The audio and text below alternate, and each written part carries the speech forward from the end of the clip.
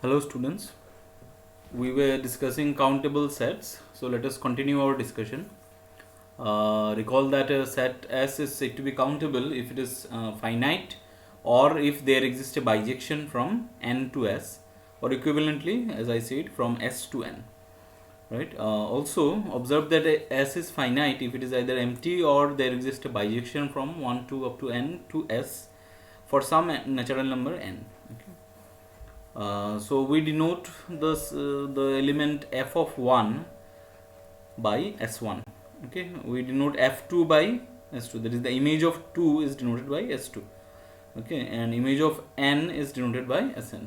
So what is this? This is just a notation to list the elements of the set S. Okay, so a non-empty finite set can be written in the roster form as s1 s2 up to sn. Okay.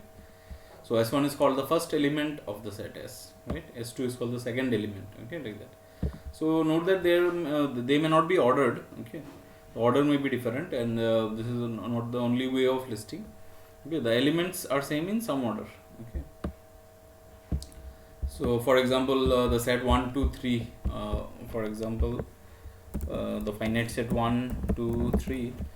This is always equal to the finite set 3 to 1. Okay, and so for the sets in discussion, the order is not important. Okay, so when we specify that the order is important, in that case we will call those sets as ordered sets. Okay, so as of now we are dealing with just sets. Okay, so for better clarity, we denote the elements by corresponding lowercase letters. So a finite set capital A is written as a1, a2 up to am. Okay, so it's whenever we say that a set capital A is finite, we can assume its elements are small a1, small a2 up to small am.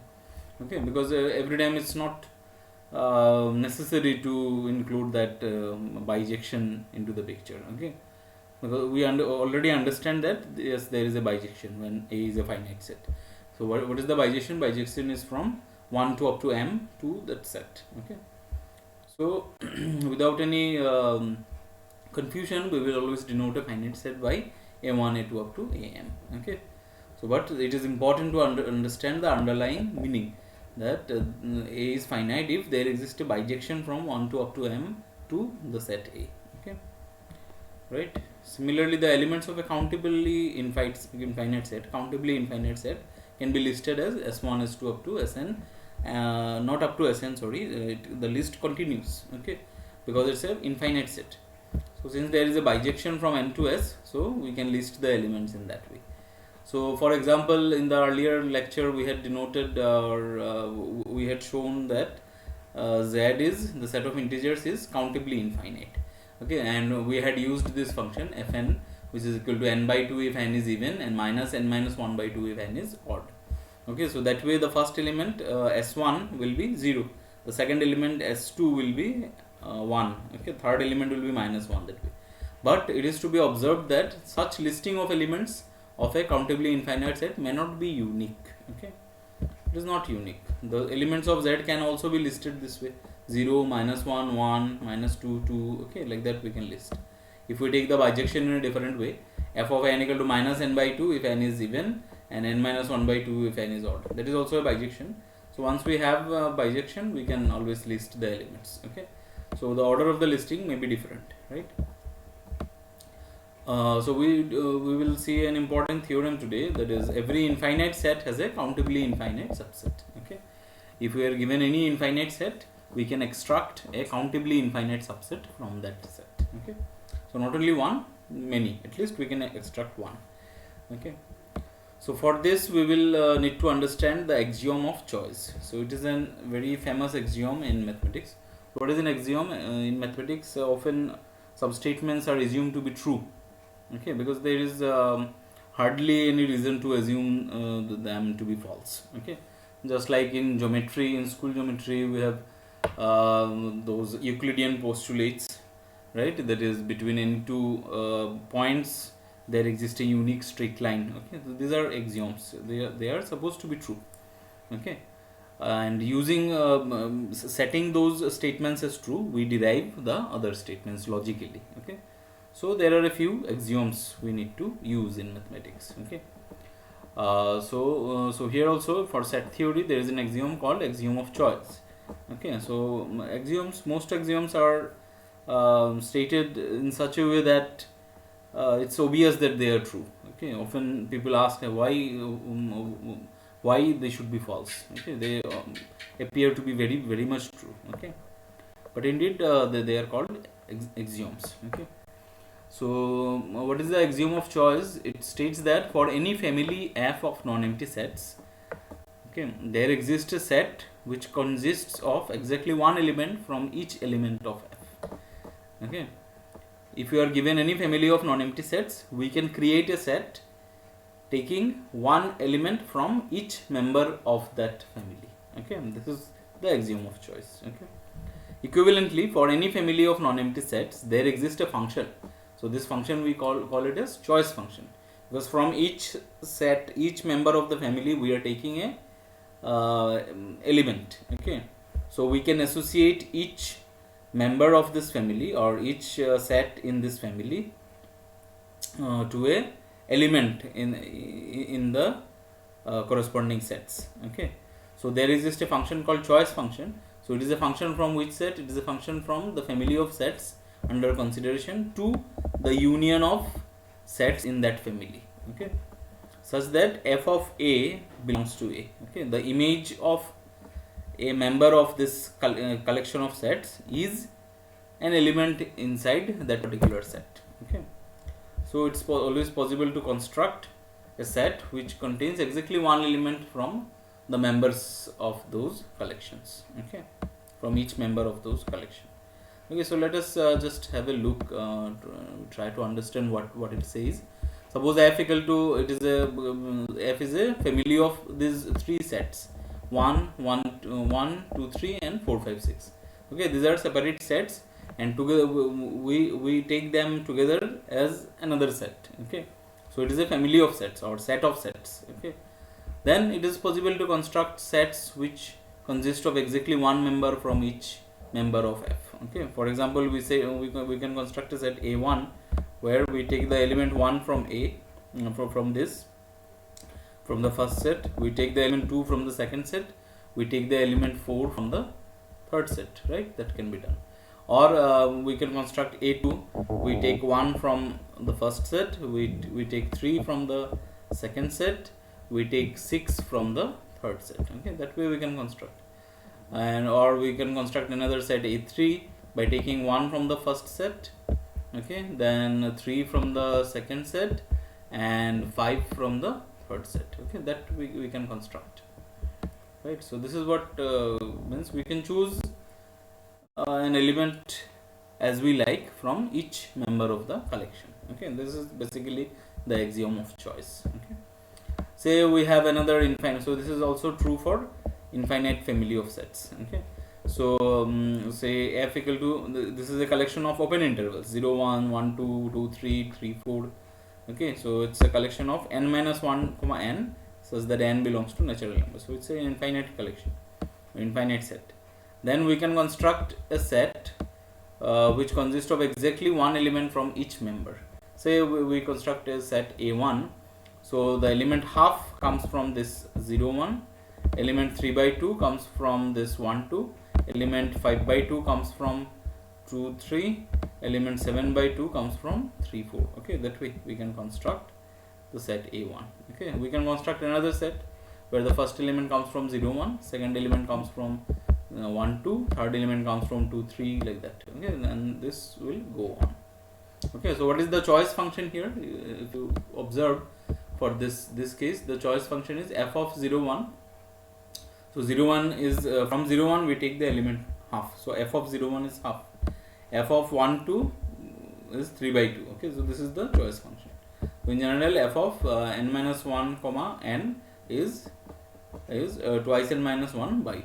Okay, so we associate a choice function, right? So that is the thing. So that means in plain ordinary language, given any collection of non-empty sets, it is possible to construct a set which consists of exactly one element from each member of the collection. Okay, that is the axiom of choice.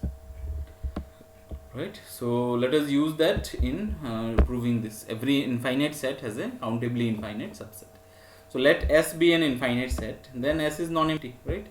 S is an infinite set, so S has to be non-empty. Then there exists an element in S, right? So we pick an element, so we can pick it. We have the axiom of choice, right? Because singleton S is a collection of non-empty sets, so we can choose an element from S. Okay, so we pick an element, S1 belongs to S. Okay, next, so singleton S x1 is a subset of S, right? Since S is infinite, so from S if I remove one element, say S minus singleton x1, so it is also a non-empty set because S is an infinite set. Okay, so we can pick another element x2 from S minus x1. Okay, so we can pick it. We have the axiom of choice, so we can pick it up. Okay, so we get a set x1 x2 which is a subset of S. Okay, so we are getting finite set in each step.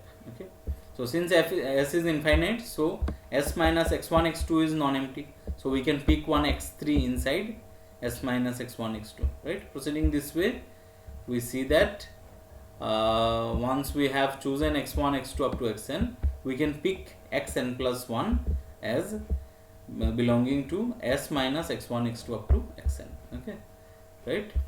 Once we choose x1, we can choose x2. What is the process? Process is x2 is chosen from the set S minus x1. Once we have x1 and x2, we can choose x3. The process is take x3 from the set S minus x1 x2. Okay, so that way.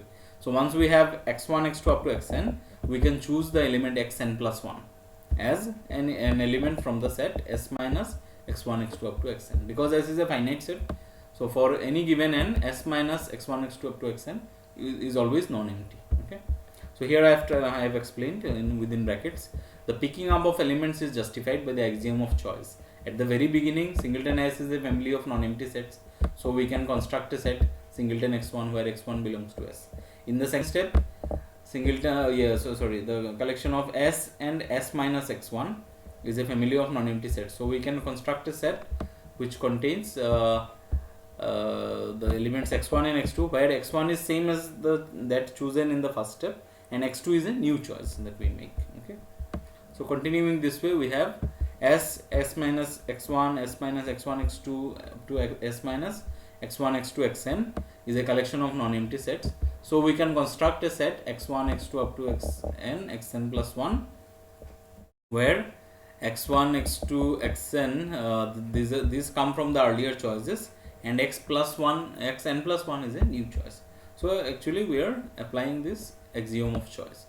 So hence the axiom of choice gives us a subset A equal to x1 x2 x3, that way it continues, of S where xi is not equal to xj for all I not equal to j. Okay, right, because we are choosing x2 from the set S minus x1, so x1 is not equal to x2.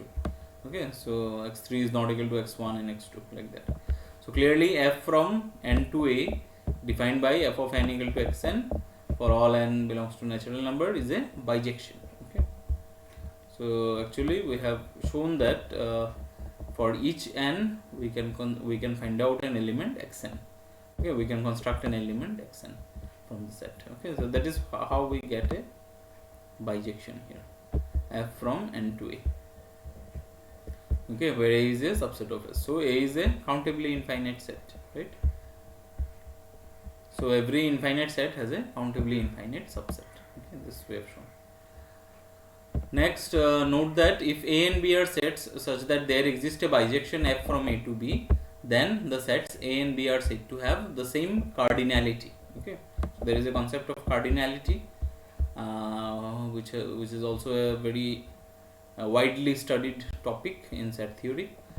So for the time being, for our course, it's sufficient to remember this. If A and B are sets such that there exists a bijection from A to B, then the sets A and B are said to have same cardinality. Okay, and also we say that A and B are equivalent. Okay, if you can produce a bijection between two sets, then we can say that the two sets are equivalent. Okay, they have the same size basically. Okay, cardinality basically is a measure of size of the set. Okay, so for a finite set, so for a finite set there exists a bijection from a to 1 to up to n, right? So for some n, so for a finite set cardinality is same as the number of elements. Okay, cardinality is same as the number of elements. So because a set A is said to have n elements if there exists a bijection between 1 to up to n to a. Okay, so for a finite set cardinality is same as the number of elements, and if a is countably infinite then there exists a bijection from n to a. So any countably infinite set have the same cardinality as n. Okay, so whenever we get that a is a countably infinite set, it will have the same cardinality as the set of natural numbers. Okay, now let us come to a very important theorem, which is this. If so, what about subsets of n? We have seen that n is a countable set, and in fact we define countability using the set of natural numbers. So what about subsets of n? Whether the subsets of n are countable or not. Okay, so there is can we produce bijections if you have infinite subsets of n? Can you produce bijection between that subset and n? Okay, so some examples we have already seen in the earlier lecture. We had produced a bijection from the set of even numbers to natural numbers. We had also produced bijection from the set of odd numbers to natural numbers. So we have already seen a few examples that even a proper subset of n can be equivalent to n. Okay, we can construct a bijection from a proper subset of n to itself to the set of natural numbers. Okay, now we have a stronger result.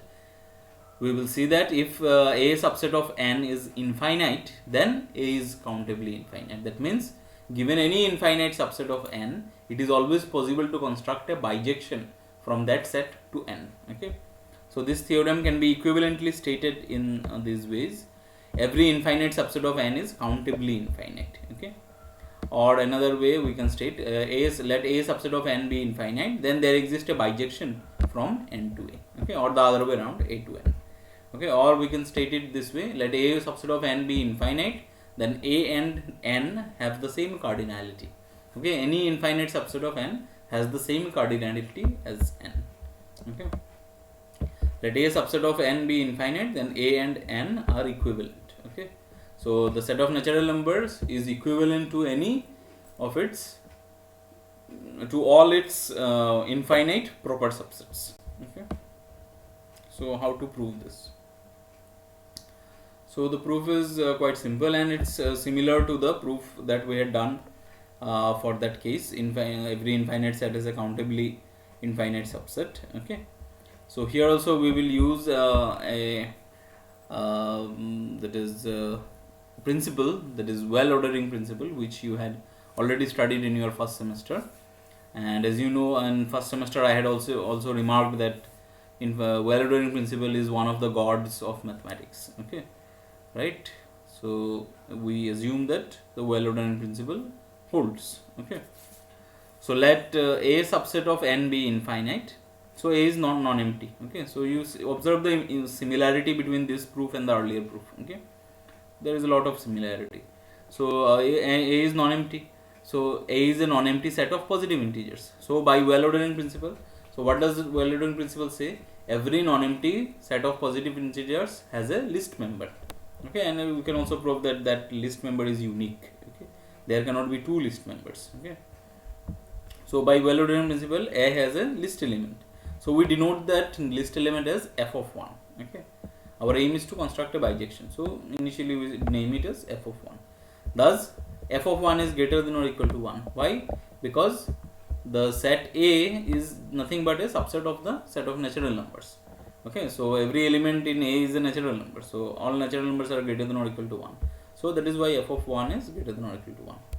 Next, you consider this set A1 equal to A difference f of 1. Okay, so if you see the earlier proof for theorem 3, it was we had considered the set S minus x1. So and we had picked up one element from that. Okay, so it's very similar. Let A1 equal to A difference f of 1. So since A is infinite, so this set is non-empty. Okay, so again we have a non-empty subset of positive integers. So let f2 be the list element of A1. Okay, then f2 is strictly greater than f1, and f1 is greater than or equal to 1. So that means what is the minimum value of f2? F2 has to be at least 2. Okay, it cannot be 1 because f2 is strictly greater than this, right? So minimum value of f2 is 2. Similarly, let a2 is a difference f1 f2. Okay, so since a is infinite, so a2 is non-empty. So again we have a non-empty set of positive integers, so it will have a list element. So let f3 be the list element of a2. Then f3 is strictly greater than f2, and f2 is already greater than or equal to 2, so f3 is greater than or equal to 3. Okay, so we proceed by induction. So now we have to justify that this can be done for every natural number, right? For every n we can find out an element. Okay, so we proceed by induction to show that we can define fn for each n belongs to natural number. So suppose that fn has been defined for n equal to 1 to up to k. Okay, so we have to define, or we have to show how we can define fn for k plus 1. Okay, that is our motive. We have already seen how it is constructed. We'll just write it formally. Okay, so suppose that fn has been defined for each n equal to 1 to up to k for some k belongs to natural number satisfying f of n plus 1 is greater than fn greater than or equal to n for every n equal to 1 to up to k minus 1. Okay, because we have taken up to k minus 1, because if you put k n equal to k minus 1 here, you will get n f k is greater than, because we have assumed that we have defined only up to fk. Okay, so we cannot write f of k plus 1 here, right? So we know only up to fk, and we also know that fk satisfies this condition. Fk is strictly greater than k minus f of k minus 1, right? So that is why this inequality is for n equal to 1 to up to k minus 1. Okay, the induction hypothesis is for n equal to 1 to up to k. Okay, that means induction hypothesis says that we have defined fn for every n from 1 to up to k. Okay, now we have to define fn for k plus 1. How to do that? So we consider the set ak, which is a minus f1 f2 up to fk. Since a is infinite, so ak is non-empty. So ak is also a non-empty set of positive integers, right? So we can take f of k plus 1 to be the list element of ak, right? So since it is the list element of ak, and what is ak? Ak is a difference f1 f2 up to fk. So f of k plus 1 has to be strictly greater than fk. Okay, it is the smallest element of that set. Okay, so f of k plus 1 will be strictly greater than fk, right? So 1 implies that f of k minus 1. So what was 1? 1 was this inequality. So f of k plus k minus 1 plus 1, this fk is greater than or equal to k. It is given by the induction hypothesis, and from 2 and 3 it follows that f of k plus 1 is strictly greater than fk, which is greater than or equal to k. So f of k plus 1 is greater than or equal to k plus 1. Okay, so ultimately we have seen how f of k plus 1 can be defined once we know f1 f2 up to fk, right? So thus by induction fn is well defined for each n belongs to natural number, and is also satisfies this condition f of n plus 1 is strictly greater than fn greater than or equal to n for all n belongs to natural number. So we get a function f from n to a, right? We claim that f is a bijection. Okay, so how to claim it is a bijection? Let n and m be two elements in the domain, that is natural number, and let n not equal to m. So we can suppose that n is greater than m. So by construction of f of n is greater than f of n minus 1, this is greater than f of n minus 2. Okay, that way ultimately it is greater than f of m. So in every consecutive such terms are unequal, right? So fn is not equal to fm. So distinct elements have distinct images, hence f is 1. Okay, so quite simple, it follows from construction itself. Then f is onto. How to show that f is onto? So we take any element from the set A. Okay, we take any element from the set A, and we show that any element p from the set A, and we show that p is one of those elements, one of the elements f1 f2 up to fp. Okay, this is what we will show. So if p does not belong to this f1 f2 up to fp, then what happens? P belongs to this a minus f1 f2 up to fp. What is this? It is ap. Okay, by our notation. And by construction of f, what is the list element of this set? List element of this set is f of p plus 1. So f of p, but p is an element inside this set, so f of p plus 1 has to be less than or equal to p, right? But again, by the construction of f of p plus 1 is strictly greater than fp, and fp is greater than or equal to p. So f of p plus 1 is strictly greater than p. But 4 and 5, they contradict each other. Okay, 4 says that f of p plus 1 is less than or equal to p. 5 says that f of p plus 1 is strictly greater than p. So they contradict each other. That means p has to belong to this set. Okay, p belongs to this set. That means p equal to f of I for some I equal to 1 to up to n, 1 to up to p. So every element in A has a pre-image under f. Okay, since thus f is onto. So f from n to A is a bijection. Okay, so that is, we have got that cardinality of n, A is same as cardinality of n, or A and n are equivalent. Okay, so this is how we have proved that every infinite subset of n is actually countably infinite. This, for every infinite subset of n, we can construct a bijection from n to A. Okay, bijection from n to A. Right. So let us see another result where we will use this theorem for. Okay, equivalent definitions of countability. Okay, so in the earlier classes we have constructed bijections from z to n, n to z. Okay, like that. But constructing bijections is quite difficult task. Okay, in fact, when we go to rational numbers, when we see that the rational numbers are countable, okay, it's very difficult to construct actual bijections from n to q. Okay, so we have some equivalent definitions of countability, and thank God we have these definitions. So this is given by theorem 5. Let S be a non-empty set, then the following are equivalent. S is countable. Number 2, there exists an onto map from n to s. Number 3 is there exists a 1-1 map from s to n. Okay, these three are equivalent thing. So to prove that S is countable, it is enough to produce a onto map from n to s. Okay, or it is enough to produce only one 1-1 map from s to n. Okay, then we are done. S is countable. It's not necessary to construct bijection. Okay, so let us see how we can prove it.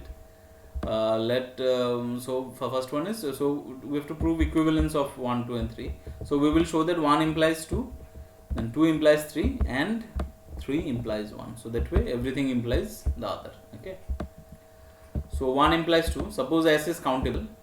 So so countable means it can be finite, or there exists a bijection from n to s. Okay, so suppose S is finite, then there exists a bijection G from 1 to up to n to s. Okay, for some n. So we define, so what I have to show, I have to show that we can define a onto map from n to s. Okay, so we define f from n to s as what? F of I equal to g of I when I lies between 1 and n, and it is g of 1 if I greater than n. Okay, so we take elements from 1 to up to n to their respective positions under g. Okay, and everything else is taken to some constant thing, that is g1 or g2 or g3. Okay, so here I have taken it as g1. Okay, so then f is onto as every element of s is g of I for some I, because g was a bijection, so g is onto. So every element of s is of the form g of I for some I goes from 1 to up to n. So every element of s can actually be written as f of I. So f is onto, right? And in the other case, if s is countably infinite, then there exists a bijection from f from n to s. Okay, that is by definition. So since it is a bijection, it is also onto. So the map f itself is the required onto map. Okay. The second part is 2 implies 3. That is, if there exists a onto map from n to s, then there also exists a 1-1 map from s to n. Okay, that is what we have to show. So for each, so suppose that there exists an onto map f from n to s. So for each s belongs to capital S, the set f inverse s. Okay, what is f inverse s? It is the collection of all n in the domain whose image is s. Okay, so it is the set of inverse images of s. Okay, so all those n which have s as their image. Okay, so it is a non-empty subset of n. Why non-empty? Because s is f is an onto map. Okay, onto means every element in s will have a pre-image. Okay, so this set will be non-empty, and it is a non-empty set of positive integers. So by well-ordering principle, f inverse s has a unique least element. So we can define this function g from s to n as gs equal to the least element of f inverse s. Okay. So we claim g is 1 1. So note that we cannot write just gs equal to f inverse s, because the function that is given to us may not be 1 1. Okay. If f is 1 1, in that case f inverse s will be a single element. Okay. Because s cannot have two different pre-images. Okay. Because but the function that is given to us is on 2. It may not be 1 1. Okay. So we have to choose we have to set the unique. We have to set an unique element which satisfies this. Okay, so that is why we define g from s to n as g of s equal to the least element of f inverse s. That is the smallest n for which fn is equal to s. Okay. So we claim that g is 1 1. So for that we start with two elements of s, and suppose that their images are equal. Then we have to show that the elements are also equal. So what is gs? Gs is the smallest element ns, such that f of ns is s, and gr is the smallest element nr, such that f of nr is r. Okay. So gs equal to gr will imply that ns equal to nr. Okay. Right. But what is ns equal to nr implies f of ns is same as f of nr, because f is a function. Okay. So for a function, the same element will have the same image. Okay. So one element cannot have two different images. So since ns and nr are equal, so their images will be equal. So f of ns will be equal to f of nr. But what is f of ns? F of ns is s by this definition of gs. Okay. So s is equal to r. So g is a 1 1 map. So that means if we have a onto map from n to s, then we can also using that map we can also construct a 1 1 map from s to n. Okay. And the last part, 3 implies 1. Let there exist a 1 1 map from s to n. Okay. So f from s to fs. What is fs? Fs is the set of images. Okay. What is fs? Fs equal to f of s equal to the set of all those fx. Okay. Or say fs, such that s belongs to capital S. Okay. So there is actually the range of f, the range of this function, right? So since f is 1 1, so f, if we restrict the codomain to the range, okay, in that case f from s to fs is a bijection. That means what? S and fs are equivalent sets. They have the same cardinality. Okay. So now what is fs? Fs is a subset of the set of natural numbers. So if fs is finite, then s is finite, because s and fs are already equivalent. Okay. So what are the possible subsets of n? And the possible subsets are finite sets or countably infinite sets. Okay. Then s is finite, and so s is countable. Another case may be fs is infinite. So here we will use the earlier theorem 4. If fs is an infinite subset of the set of natural numbers, then fs is countably infinite. Okay. So if fs is infinite, then fs is also countably infinite, as every infinite subset of natural numbers is countably infinite. Thus s is countably infinite. So in all cases s is a countable set. Okay. So it is equivalent. So these three are the equivalent definitions of countability. Okay. So to prove that a set S is countable, it is enough to prove that, or it is enough to find a 1 1 map from S to N, or an onto map from N to S. Okay. So our work is simplified. Theorem 5 simplifies our work. Okay. We don't need to search for bijective maps.